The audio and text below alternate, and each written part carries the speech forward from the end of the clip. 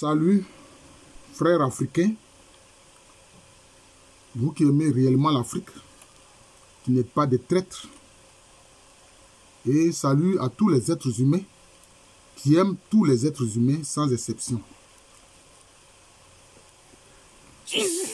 Veuillez m'excuser. Alors, chers frères africains, sachant qu'il y a un projet de nouvelle balkanisation de l'Afrique par les impérialistes, les colonialistes impénitents. Oui, il y a un nouveau projet de balkanisation de l'Afrique. Et je vais vous en donner des exemples. Prenons d'abord le Soudan. Les Américains et les États-Unis ont été derrière la naissance du Soudan Sud.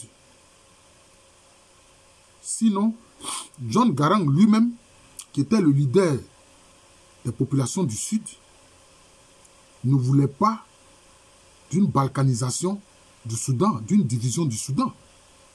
Seulement, il voulait amener ses frères du Nord, qui sont musulmans, à respecter les pratiques religieuses et la religion de ceux du Sud.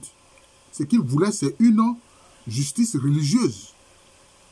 C'est pour ça qu'il a combattu les dirigeants du Nord qui ostracisaient ceux du Sud, et ceux qui sont du Nord se prétendaient arabes alors qu'ils ne le sont même pas. Les Arabes ne dépassent même pas les doigts des mains les doigts de la main. Ce sont des populations qui ont été arabisées. Vous voyez. Et John Garang a lutté pour la justice. Mais il ne voulait pas que le Soudan soit scindé. Or, les Américains ont fait tout pour scinder le Soudan. Et curieusement, John Garang est mort dans un accident de son aéronef. Je crois que c'était un hélicoptère. Dieu seul sait ce qui a provoqué cet accident-là. Et quand il est mort, ceux qui luttaient avec lui n'avaient pas la poigne et le cran de John Garang. Et c'est comme ça que le Soudan a été scindé. En Soudan et puis Soudan du Sud. C'était les États-Unis qui étaient derrière ça. Il faut dire la vérité. Maintenant, aujourd'hui, qu'est-ce qui se passe? On a actionné encore quelqu'un qui a provoqué une guerre civile au Soudan.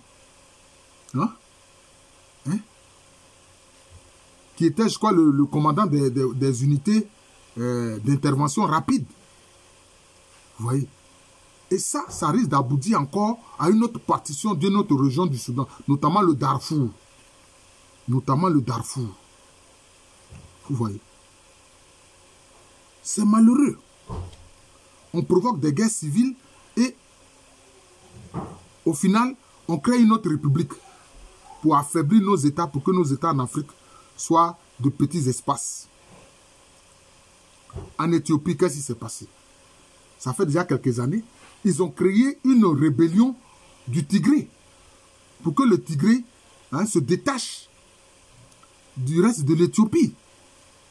Alors que quand Warki, je crois, comment son nom là, l'ancien, il a été premier ministre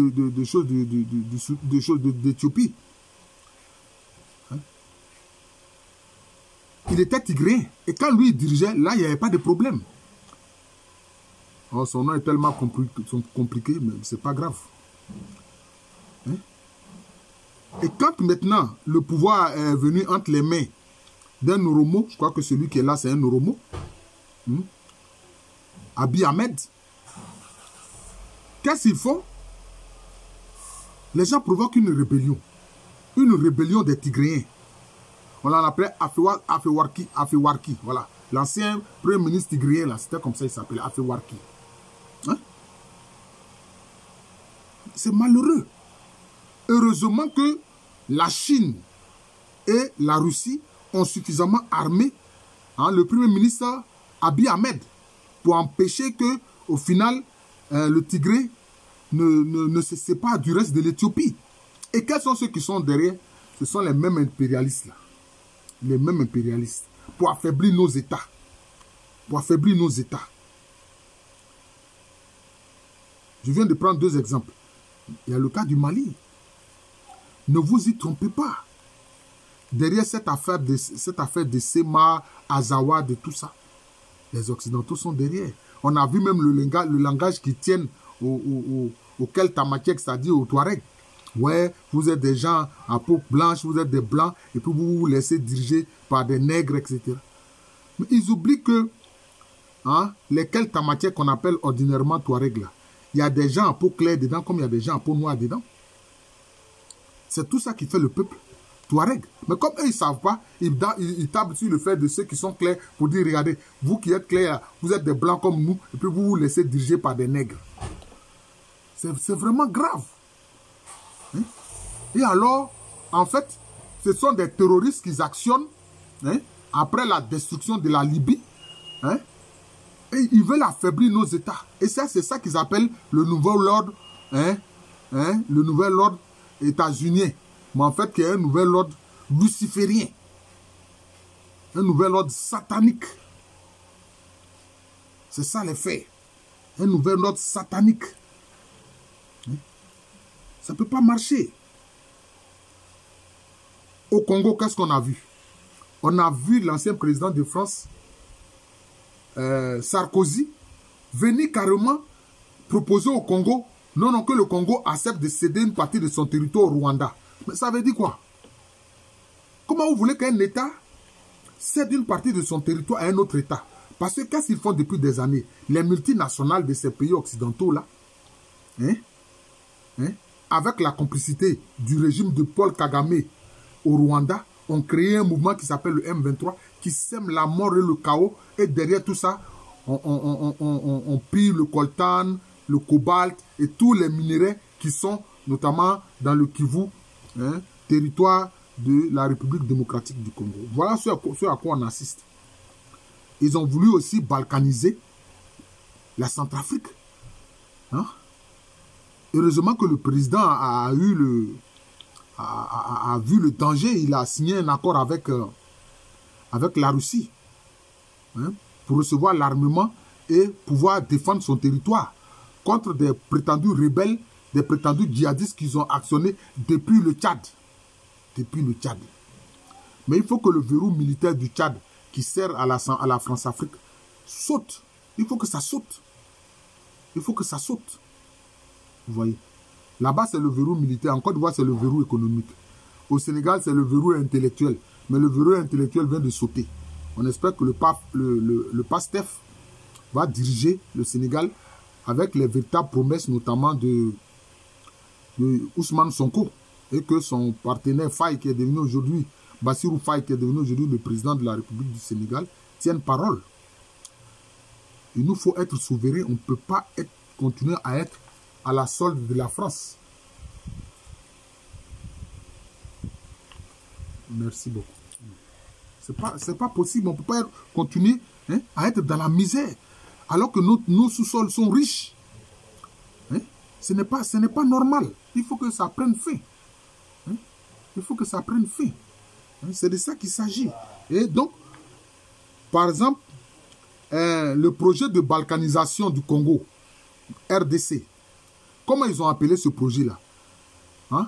Des résistants congolais sont tombés sur des documents que détenaient justement les terroristes. Parce que derrière les gens du M23, il n'y a pas que les gens du M23, mais il y a des mercenaires que ces Occidentaux ont envoyés. Et parmi eux, il y a des gens de toutes les nationalités des pays occidentaux. Et ils sont tombés sur un document qui est intitulé comment? La diagonale Tutsi. La diagonale Tutsi. Pour balkaniser le Congo. Pour que ces régions du Kivu riches en coltan et dans les terres, ce qu'on appelle les terres rares, on puisse donner ça au Rwanda. Peut-être même faire en sorte que ça devienne même indépendant pour qu'ils puissent piller ça. Ça suffit. Comment beaucoup de pays d'Afrique, ils ont du pétrole, ils ont du gaz, ils restent pauvres. Les Arabes ont du pétrole, ils ont du gaz et ils sont immensément riches. Quelle est cette contradiction? S'il n'y a pas une main obscure qui agit derrière, c'est ce que nous voyons.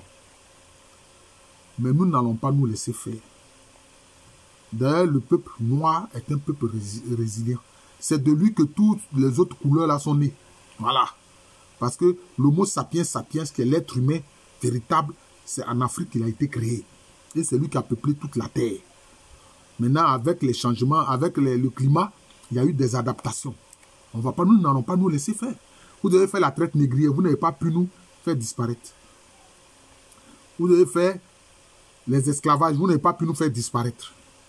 Vous avez fait la colonisation, vous n'avez pas pu nous faire disparaître. Vous ne parviendrez pas à nous faire disparaître. Voilà. Parce qu'il y a certains qui ne s'en cachent pas, hein, ces impérialistes-là. Ils disent qu'ils veulent l'Afrique sans les Africains. Ils veulent l'Afrique sans les Africains. Voilà. Mais ça ne marchera pas. En Côte d'Ivoire, pour réagir devant des gens qui agissent comme ça, on dit leur maudia. Voilà, c'est ce qu'on dit, leur maudia. Parce que leurs pensées sont sataniques et diaboliques. Ils peuvent utiliser tous les instruments qu'ils utilisent. Ligaturer les trompes de nos sœurs, envoyer des vaccins criminels comme on l'a vu, ils ont fait le Covid, où ils n'ont pas même manqué même de massacrer et de tuer même une partie de leur population. Ils ont été étonnés. Ils s'attendaient à 30 millions de morts en Afrique, ça n'a pas marché.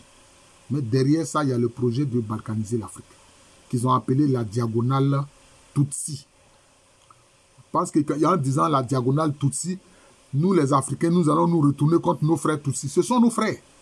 Maintenant, ceux qui sont complices de vos crimes, comme Paul Kagame, ça c'est son affaire. Ceux qui sont complices de vos crimes, comme ceux qui combattent dans le M23, ça ce sont leurs affaires. YouTube, tu laisses ma vidéo tranquille. Voilà. Tu laisses ma vidéo tranquille.